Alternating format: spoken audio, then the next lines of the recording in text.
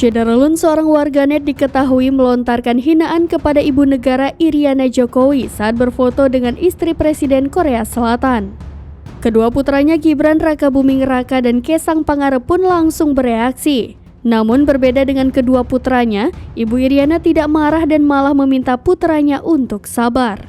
Diketahui hinaan itu diungkapkan oleh seorang warganet di Twitter. Dalam unggahan netizen yang kini sudah dihapus itu, tampak potret Iriana Jokowi bersanding dengan istri Presiden Korea Selatan Kim Keon-hee. Namun, foto tersebut diberi keterangan bernada merendahkan. Tak pelak unggahan itu membuat putra bungsu Jokowi naik pitam. Namun, Kaesang Pangarep menyebut dirinya justru mendapat peringatan dari sang ibu.